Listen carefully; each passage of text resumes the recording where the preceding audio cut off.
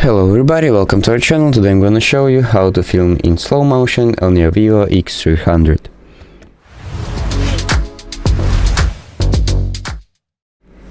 If you want to film videos in slow motion, I'll show you how to do it simply. So first up, open up your camera and here swipe all the way to the right.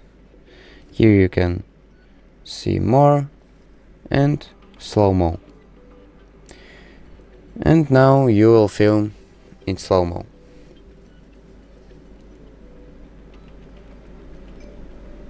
Basically like this.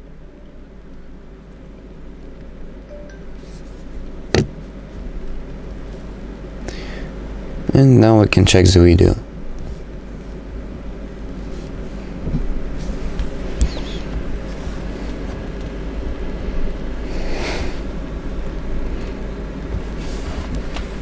So as you can see, it's way more slower than I filmed. So that's simply how you film videos in slow motion.